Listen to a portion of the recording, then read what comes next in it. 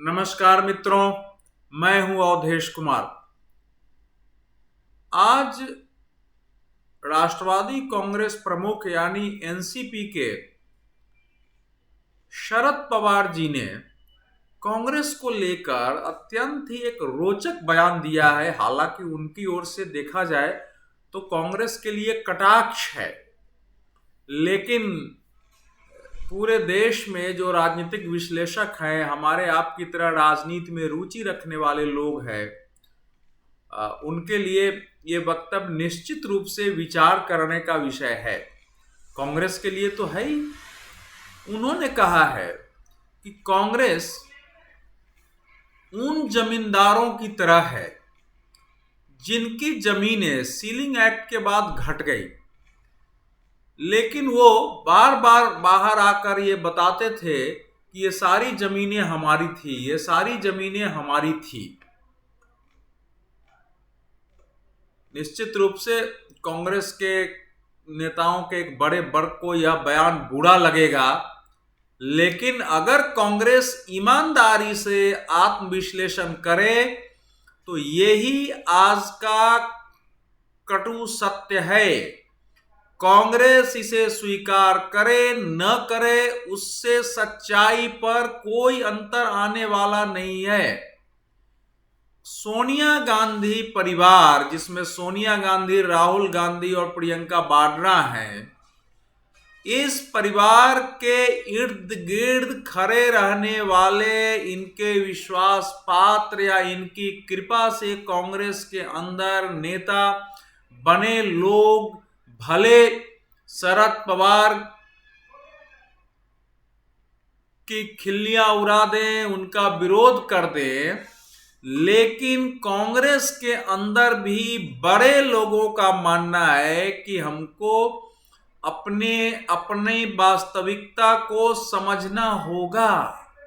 अगर कांग्रेस वास्तविकता नहीं समझती, सपने में रहती है कि पुराने दिन उसके लौट आएंगे, तो फिर ऐसी मानसिकता वाली कांग्रेस की राजनीतिक ताकत को खत्म होने से कोई बचा नहीं सकता है। आज का सच यही है, और इस प्रकार का मेरा विश्लेषण हो, किसी का हो, वो कांग्रेस के विरुद्ध नहीं है।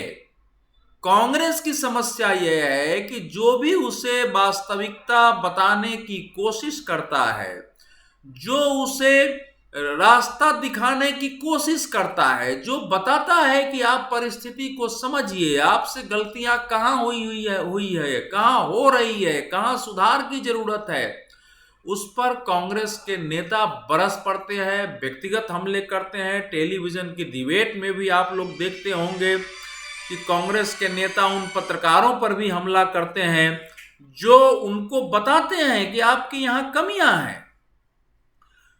कांग्रेस को ध्यान रखना चाहिए कि शरद पवार महाराष्ट्र में उसके साझेदार हैं, सरकार में साझेदार हैं, महाविकास अघाड़ी की, यूपीए के प्रमुख नेता रहे हैं, मंत्री रहे हैं यूपीए में। कांग्रेस और राष्ट्रवादी कांग्रेस दोनों मिलकर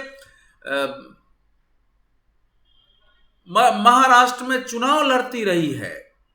तो जाहिर है, अगर शरद पवार, वैसे भी शरद पवार के व्यक्तिगत विचारों से, शरद पवार के क्रियाकलापों से हमारी आपकी असहमति हो सकती है, लेकिन पिछले अनेक वर्षों से शरद पवार को जितना मैंने समझा है, वो हमेशा व्यवहारिक बातें करते हैं।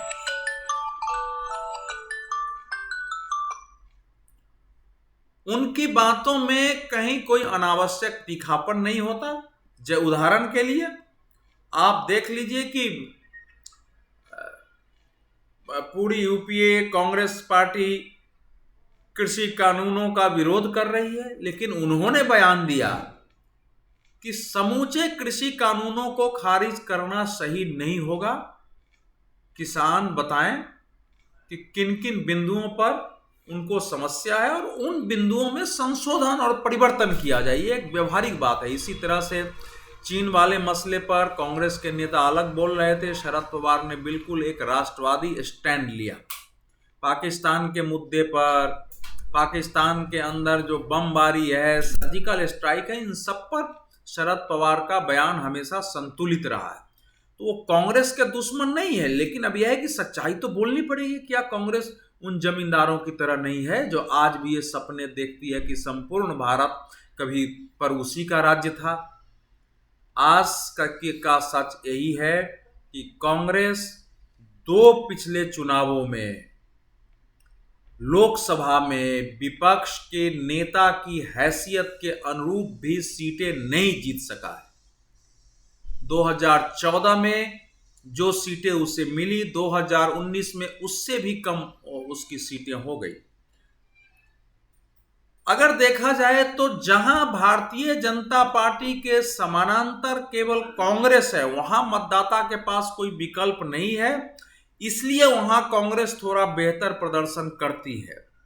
जिस राज्य में दूसरे विकल्प हैं, वहां उसमें अगर हरियाणा जैसे एक आध राज्यों को छोड़ दे तो कांग्रेस बेहतर प्रदर्शन नहीं करती। वहां आमतौर पर जनता दूसरी पार्टियों को भाजपा के विरुद्ध वोट देती है। आपने देखा पश्चिम बंगाल से कांग्रेस साफ हो गई, लेकिन केरला में भाजपा कमजोर है। हालांकि वहां भाजपा नहीं है, वहां वो कम्युनिस्टों के समानांतर है, वो वहां उसको वोट मिले, लेकिन फिर भी वो सरकार में लौट के नहीं आई। लेकिन मध्य प्रदेश, छत्तीसगढ़, राजस्थान, हिमाचल प्रदेश, 4 ऐसे राज्य हैं जहां भारतीय जनता पार्टी के समानांतर कांग्रेस ही है। गुजरात में भी है, लेकिन गुजरात की कांग्रेस भी तार तार हो रही है। पंजाब में कांग्रेस मुख्य पार्टी है। पहले अकाली भाजपा हुआ करती थी, अब अकाली की भाजपा का गठजोड़ टूट चुका है। भारतीय जनता पार्टी वहां शक्तिशाली नहीं है। अब आम आदमी पार्टी वहां उभर रही है। अब ये देखना होगा कि कांग्रेस के समानांतर आम आदमी पार्टी मजबूत होती है, अकाली दल मजबूत होती है, और भारतीय जनता पार्टी लंबे समय से अकालियों के दबाव में ये हाशिए की बनी रहने वाली पार्टी कैसे अपने को पुनर्गठित करती है। लेकिन अगर कांग्रेस जिस ढंग से पंजाब में भी कैप्टन अमरिंदर सिंह को अपमानित कर रही है, सोनिया गांधी परिवार और सिद्धू और उनके साथियों को बढ़ावा दे रही है, उसमें कांग्रेस के भविष्य के बारे में कोई आकलन करना कठिन है। कांग्रेस ये क्यों नहीं समझ रही है कि उत्तर प्रदेश में वो शून्य की अवस्था में है, बिहार में वो शून्य की अवस्था में। अगर राष्ट्रीय जनता दल बाकी से गठबंधन नहीं हो तो पता नहीं उस एक भी सीट लोकसभा की जीत पाए नहीं जीत पाए, विधानसभा में उसके सदस्य पहुंच पाए या नहीं पहुंच पाए। झारखंड में वो हाशिए की पार्टी बन गई है, दिल्ली से वो खत्म हो चुकी है।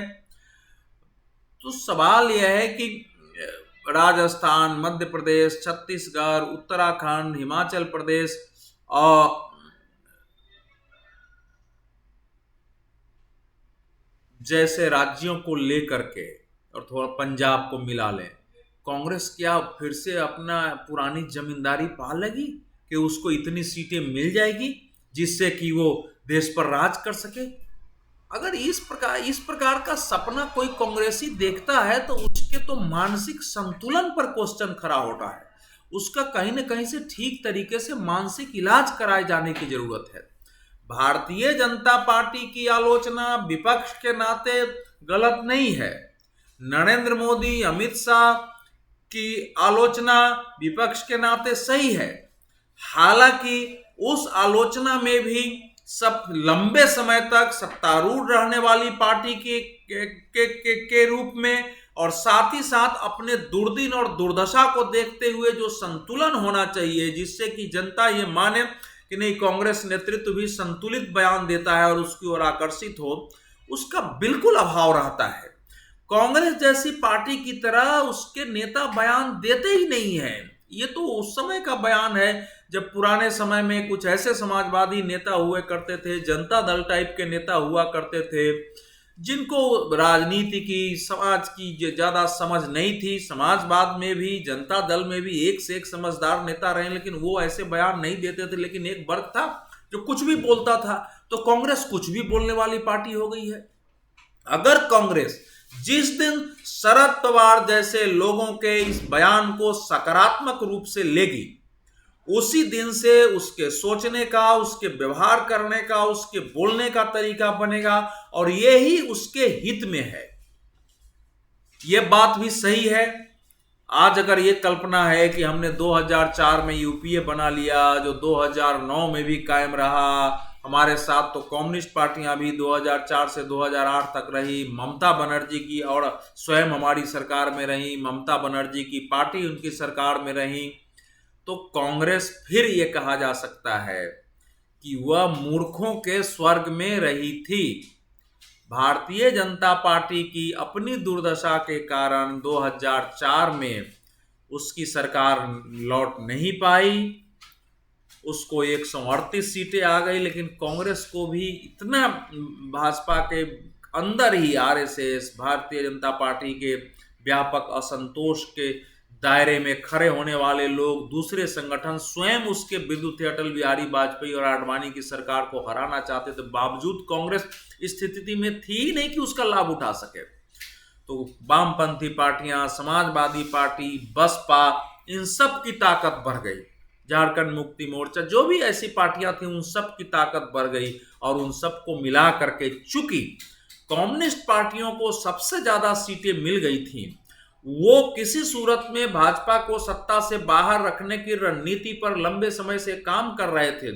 उन्होंने अगुवाई की और फिर यूपीए का गठन हुआ, कांग्रेस में मनमोहन सिंह के नेतृत्व में सरकार गठित हुई। अब वो परिस्थिति अब नहीं है, कम्युनिस्ट पार्टियां कमजोर हो चुकी है, कांग्रेस उस हालत में है नहीं, तो अब वो सपना फिर से देखना। अब सोनिया गांधी यूपीए के नेताओं की बैठक बुला ले विपक्ष का, राहुल गांधी विपक्ष के साथ मार्च कर दे, लेकिन कोई विपक्षी पार्टी कांग्रेस के नेतृत्व को यूपीए नेतृत्व के रूप में कैसे स्वीकार कर सकता है? कोई नहीं स्वीकार करेगा। शरद पवार ने कांग्रेस को आईना दिखाया है। कांग्रेस इस सच को समझे कि वो पुराने जमींदारों की तरह ख्वाब देखना छोड़ दे, नहीं तो वो जमींदार जिनकी जमीनें खत्म हो गई, इसी ख्वाब में अनेक परिवार नष्ट हो गए और उनके सामने दैनिक मजदूरी करके जीवन यापन की समस्या की स्थिति उत्पन्न हो गई। आज भी ऐसे अनेक पुराने जमींदार परिवार हैं जिन्होंने उसी ख्वाब में, उसी प्रकार के व्यवहार में कि हम जमींदार थे, जमींदारी ठाट बाट में रहने के कारण अपनी बची खुची संपत्ति भी चौपट कर लिया और उसके बाद उनकी दुर्दशा कहीं भी देखी जा सकती है। लेकिन जिन जमींदारों ने अपने को संभाला, सच्चाई को समझा, उसके अनुरूप अपने जीविकोपार्जन के, अपने परिश्रम के लिए अपनी योजनाएं बनाई, उस पर काम किया, वो फिर से सुखी हुए। वो जमींदार नहीं बने लेकिन एक सुखी संपन्न जीवन जी रहे हैं। तो कांग्रेस अब सोच ले कि वो पुराने उन जमींदारों की तरह बिल्कुल खत्म हो जाना चाहती है या फिर एक मोटा मोटी एक सामान्य पार्टी की तरह इस देश में राजनीति में सक्रिय और प्रभावी रहना चाहती है, उसको तय करना है।